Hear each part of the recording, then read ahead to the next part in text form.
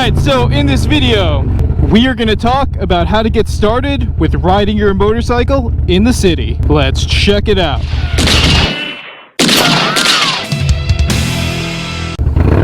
Alright, what is going on YouTube? BKLO is back in the building.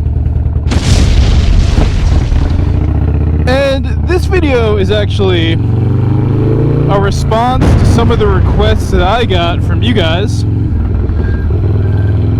in one of the videos I did previous, where I was just kind of putting it out there to my audience, you guys, and trying to get a sense of what the new content is that you would like to hear. And I was surprised because a lot of folks were writing like, hey, we miss when you used to put up more videos, you know, riding in Brooklyn, riding in the city, getting those urban miles, etc. You know, which was surprising to me because, you know, anyone who does a lot of urban miles will tell you it's like, this is not the most desirable riding, as you're seeing right now. There's cars everywhere, people moving in, people everywhere, people stopping, constantly stopping, going. It's just not what I think of when I think about getting out on the open road with my motorcycle.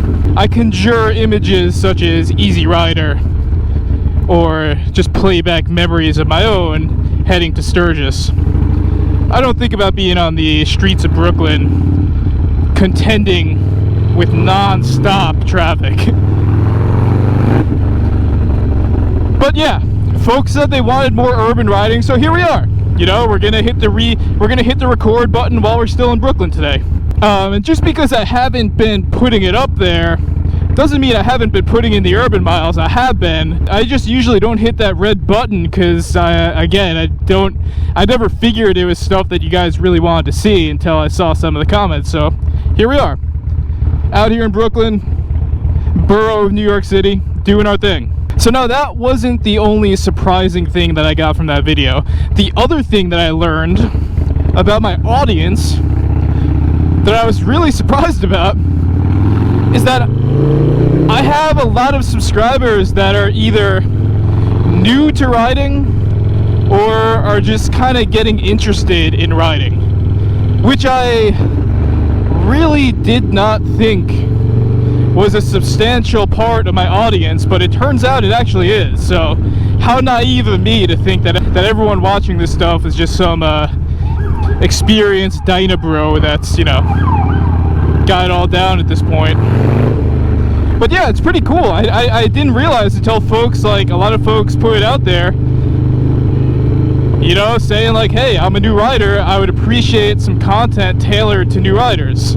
So I wasn't gonna, you know, I don't make those types of videos just because there's so many content creators out there that cover that stuff. Like, you could really find like 20 videos on any type of like new rider topic. So for me, it's like, do you really want me to add to something that's already kind of been done a million times? But apparently people do, so here we go.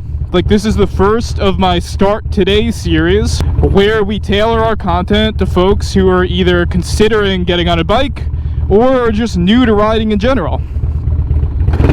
So I figured, why not combine the two demands from you guys, which is content tailored to newer riders, while also interweaving that with some urban / city riding. And that leads us to our topic, which is one of my subscribers wrote in and said, I live about a half hour outside of a major city, and I'm very intimidated to bring my bike into the city. This particular subscriber says he has no problem ripping around the highways or the main roads around him, but he's just really intimidated to bring his motorcycle into the city, you know, for the normal reasons that we just listed before. It's highly congested, there's way more possibility for incidents, and yeah, it can be a really high stress environment at times. So this video will be a couple personal tips for someone who wants to start riding in the city. Things that you could do just to help, you know, give yourself a better experience when you start to rack up those urban miles. And yeah, this isn't one of them, but wear gloves, people.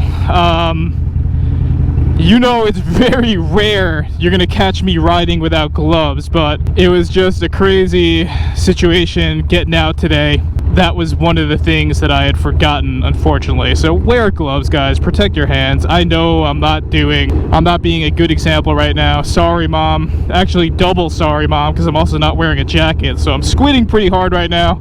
Not the example I'm trying to set for y'all, but it happens. Which means that we have to be more on our A game. So here we are. Good old congested intersection out here in Brooklyn. Doesn't get much better than this. As I do a little bit of tactical maneuvering here, why don't we move on to thing number one that you want to make sure you consider before you start bringing your bike into the city. And that is get down your slow speed maneuvers. As you can see right now, I'm not going fast. It's just not possible right now unless I'm going out late at night or really early in the morning. I'm not bringing this bike out of second gear. The traffic will not allow that to happen. So what that means is that you're going to be doing a lot of low speed maneuvers. Now, the thing about low speed maneuvers is that's the time where you get to see who really has control of their bike, who really knows their bike well. Because the bike, the slower you're going, the harder your bike is to handle. Ooh, NYPD traffic, can't do any tactical maneuvering now. A lot of times, like any time I've ever dropped a bike, it's been in a slow speed maneuver. You know, most of the bike drops I've ever seen have been in low speed maneuvers. That again is because you're maneuvering a really heavy object and you don't have the speed behind you to provide stability. So my first recommendation is before you put yourself in a situation like the one I'm in now, become confident in the low speed. Go out to a parking lot, weave around some cones. So you 100% have got to get your low speed maneuvers down. Get that clutch control down, you know, understand, you know, how heavy you have to go on your braking to make your bike stop. Like for example, I used to be able to easily stop this bike with one finger, but you know, with the current brake pads I'm running, I really need to throw 2 or more fingers on there to stop the bike immediately. But again, I wouldn't know that if I didn't practice beforehand. So understand your bike, go out to the parking lot, even like I did. You know, the second I threw this new fairing on, best believe you could have caught me out in the parking lot throwing this bike around some curves. Whoa, ooh, let's back up and take a look at this thing. Nice anniversary Sportster lifted tank. Woo, that's what's up. So yeah, you know, I do it. If I make big changes to my bike, like adding a significant amount of weight to the front, I practice, you know, especially the low speed. Woo, it is hot, man. Not getting through this one. All right, so that's thing number one. Get your low speed down. Know your bike before you put it in tense and high pressure situations. That's my first recommendation. Recommendation number two, if you're getting started with riding in the city, is know your city. Know your city. And what I mean by that is know the blocks that you're gonna plan on riding through. Know the neighborhoods that you're gonna plan on riding through.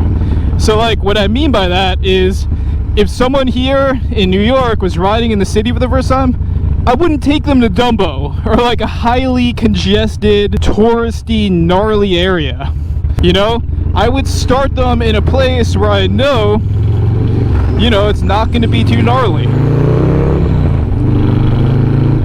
And that's because, you know, I've lived in New York all my life. I know the city. So, you know, I could recommend places for a new rider to start off if they're looking to focus on just urban riding. The best way to do that, you know, you want to make sure that you've had to navigate the roads that you plan on riding through with either a car or a bicycle first. You know, I don't think so. I would want to throw someone onto, you know, streets like this on a bike for the first time. You know, do a dry run in a car and a bike. That way you know, like, oh, that's an intersection that people might not stop on. Oh, that's a really congested part. Maybe I need to be careful and not go down that street. Oh, there's that giant pothole there. I'm trying to minimize the amount of variables thrown in front of you. So I suggest, again, make sure you really know your city and the neighborhood that you're going to be riding through. And if you don't, I suggest doing a dry run just to kind of build up your confidence a little bit before you do that first ride. Because believe it or not, especially here in New York City, you know, our public transportation is good enough where I have plenty of friends that were born here that never had any need to get a driver's license. You know, they have been taking public transit for their entire lives, and that's all they've needed. So that's why I add that, you know. And I do have friends that, you know, that their first vehicle was a bike, you know, here in New York City. No need for a cage. It's a beautiful thing. Alright, so thing number 3. This one is probably going to seem really weird for you, but thing number 3 is in that first couple times you do it, I suggest you do it by yourself. Don't invite your experienced friend. Don't do it with a group ride. Go by yourself. And the reason why I'm telling you to do this is because when you do that first city run for something that might be anxiety inducing for you, I want it to be on your terms and no one else's. You know, for the most part, whenever I ride with someone, I usually, assuming that I have more experience with them, I will often take down my speed and the way I ride to be on their level, to not push them to ride in a way that they're not used to riding. Now, it's easy when you ride with a group or you ride with someone else to try to ride the way they're doing and try to match their riding style. You don't want to do that if you're already putting yourself in a new environment that you're not used to. So I suggest for that first time, even though it's scary, you know, if an incident does happen, yes, you'll be dealing with it on your own, but at the same time, you're in a city, so you're kind of never alone. And believe it or not, you know, New York City, we get a bad reputation, but we have a lot of good people in this city. And if someone sees something like a bike drop or what have you, they're gonna help you out, man. So don't be afraid to go in on your own, and that way you could do it all on your own terms and your own pace.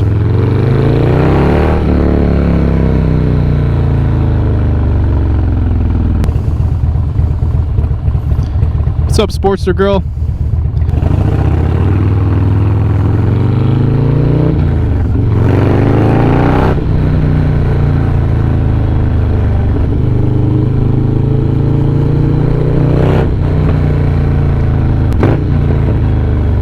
Dude, I actually cannot remember thing number 4 and 5 that I listed for this video. I think I might have to pull over and check my list. That's pretty bad, BK Low. You don't know what you're talking about. You can't even remember your 4th and your 5th thing. All right, let me take a quick look. All right, so thing number 4, and this is important, especially for, you know, folks who are more experienced with doing this type of riding. It's a lesson I've learned many a time, continue to learn, and that is, after the ride, do your best to go over your bike.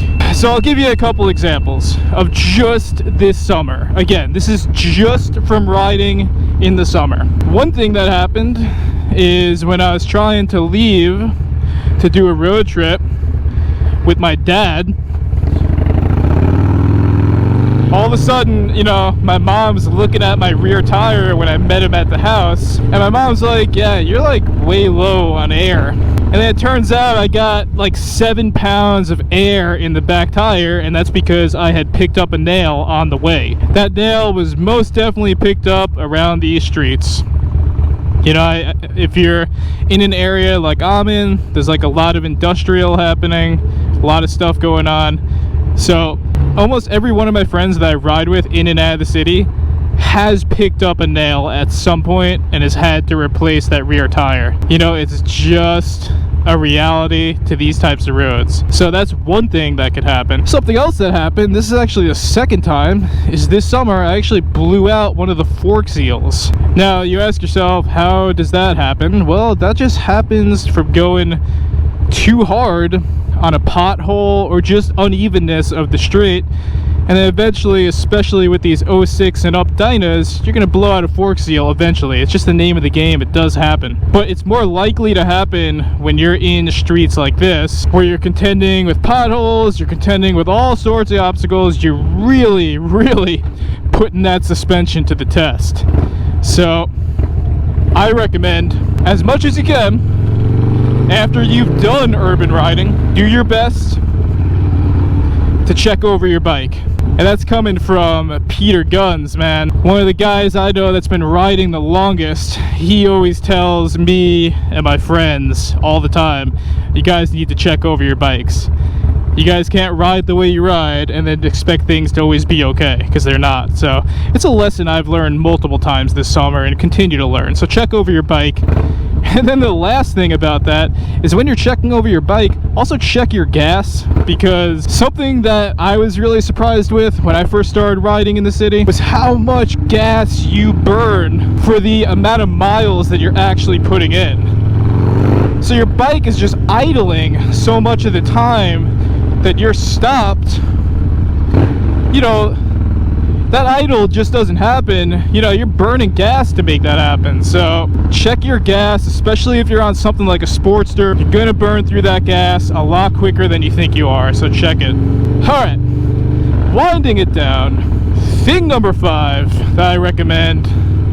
This one might be kind of trivial, but at the end of the day, just do it. Do it! Just do it! I know it's intimidating. I know it can be scary on the first time, but I promise you, once you get out there and once you get the flow of things, you'll feel a lot better. But if you just stay intimidated and stay anxious and never actually do it, well, it's just always going to be that monster in the closet. But at the end of the day, if you've practiced your low speed maneuvers, if you're putting yourself in a neighborhood or some roads that'll be a good start for you, that's not going to be too gnarly, just get out there, get a feel for it, just do it. And that's the best way. You just got to pull that band-aid off and give it a shot. And you might find, like I think most people do, why I made a whole video about this, but why I think for motorcycles, you know, it actually makes a lot of sense to run them in urban environments. They are built for cities like New York, and people are always surprised by that. But look around. Look at how many obstacles we have. There's no better way to get in some tactical maneuvering than a motorcycle. So I still believe, even though it's not the funnest riding and it's not the best riding at all times, it's the best way to get around in most cities. So why not be experienced in that type of riding? All right. That is my recommendations for getting started with urban riding. You know, it's like they say about New York, if you can make it here, you can make it anywhere. So if those tips work here, I feel like they'll work in any type of urban environment. But again, that's only just 5 tips. So I'd like to leave it out there to you guys, my more experienced riders out there. Is there anything I'm missing? Is there anything that you do in terms of best practices for urban riding? I know a lot of you are out there in the city. Let me know. And then for my newer riders, am I missing something? Do you have any questions on any of these items? Let me know, because the more of us out there, especially in the streets of whatever city we're hailing from, the better. Because we got the streets, suckers! Can you dig it? And as we hop on the BQE, Brooklyn Queens Expressway, you've seen this many times in my videos, I just want you all to stay safe out there. Whether it's your first time riding in the city or the 1000th time, stay safe. And as always, stay low out there. Don't lose your head. Keep cool in high pressure situations. Listen to the bad brands. Maintain a positive mental attitude. And on that, BK Low is out.